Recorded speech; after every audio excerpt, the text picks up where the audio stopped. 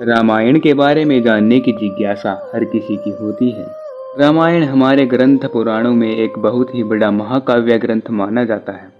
रामायण के युद्ध में हम सभी जानते हैं कि रावण की हार हुई थी और हमारे प्रभु श्री राम की विजय हुई थी। दरअसल दोस्तों, इस विशाल प्रलयकारी युद्ध में बहुत ही बड़े बड़े योद्धाओं ने अपनी अपनी शक्तियों का बखूबी प्रदर्शन किया था।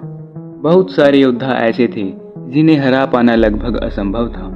लेकिन मित्रों, क्या आप जानते हैं कि रामायण में 4 ऐसे भी योद्धा मौजूद थे जिन्हें हरा पाना लगभग असंभव तो था ही, साथ ही साथ ये इतने शक्तिशाली थे कि इनसे पूरी धरती कांप उठती थी। जी हाँ दोस्तों, आज की इस वीडियो में हम बताने वाले हैं आपको उन्हीं 4 योद्धाओं के बारे में, तो कृपया इस वीडियो को अंत तक अवश्य देखें। अगर हम चौथे स्थान से शुरुआत करें तो चौथे स्थान पर आते हैं खुद दशानन रावण। दशानन रावण ही वह शख्स थे जिनकी वजह से रामायण का युद्ध हुआ था। रावण की रामायण के युद्ध में बड़ी ही अहम भूमिका है। रावण एक महान योद्धा होने के साथ साथ सबसे बड़ा शिव भक्त भी था। रावण परम ज्ञानी थे। रावण ने ही भगवान शिव के लिए शिव तांडव की रचना की थी, जिसे सुनकर भगवान शिव बेहद ही प्रसन्न हो गए थे। अगर रावण की शक्तियों की बात करें तो वे इतने शक्तिशाली थे कि एक बार तो उन्होंने भगवान शिव के कैलाश पर्वत को ही उठा लिया था।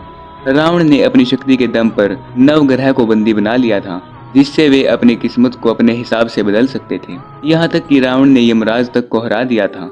रावण ने ब्रह्मा जी की तपस्या करके ये वरदान प्राप्त किया था कि उन्हें सिर्फ मनुष्य ही हरा सके। रावण ने भगवान शिव से भी कई सारे अस्त्र शस्त्र प्राप्त किए थे।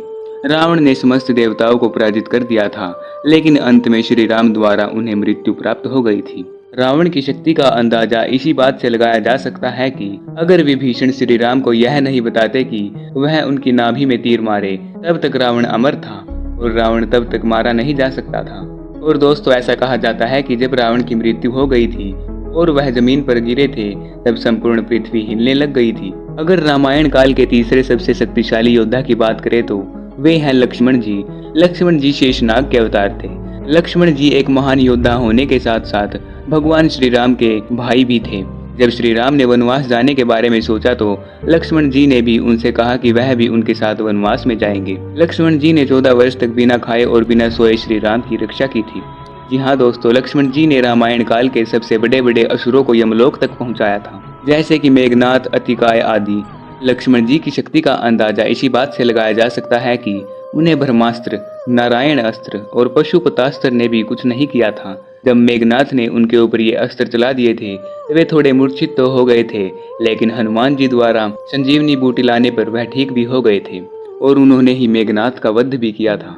बहुत सारे ग्रंथों में ऐसा माना भी जाता है कि रावण से भी शक्तिशाली मेघनाथ था। मेघनाथ ने एक बार इंद्रदेव को भी परास्त कर दिया था, लेकिन मेघनाथ को भी हराने वाले लक्ष्मण जी ही थे और इस आधार पर हम कह सकते हैं कि लक्ष्मण जी भी रामायण काल के सबसे शक्तिशाली योद्धा थे। अगर हम रामायण काल के दूसरे सबसे शक्तिशाली योद्धा की बात करें तो वे हैं पवन पुत्र हनुमान जी।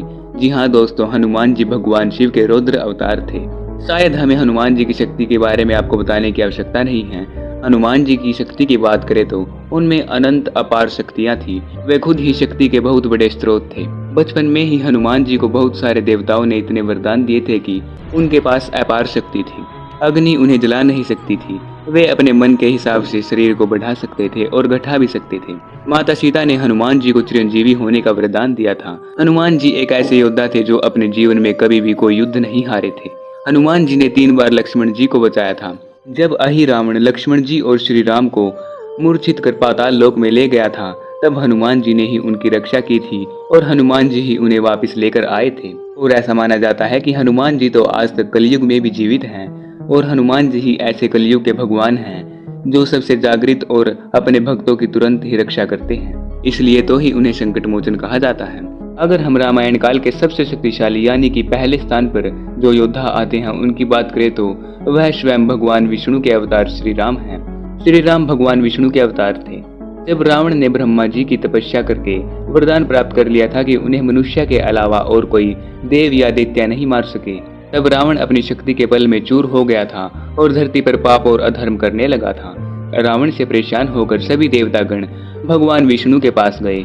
तब भगवान विष्णु ने कहा कि वे स्वयं मनुष्य के रूप में अवतार लेंगे और पापी रावण का वध भी करेंगे। श्री राम रामायण के सबसे शक्तिशाली योद्धा थे, क्योंकि वे स्वयं नारायण के अवतार थे। तो दोस्तों, ये थे रामायण काल के वे 4 योद्धा, जिन्हें हरा पाना लगभग असंभव था, जिन्हें कोई नहीं हरा सकता था। तो दोस्तों, कैसी लगी आपको आज की यह वीडियो? कमेंट सेक्शन में जरूर बताएं। साथ ही साथ इस वीडियो को एक लाइक तथा चैनल को जरूर सब्सक्राइब करें। कमेंट सेक्शन में जय श्री राम अवश्य लिखें।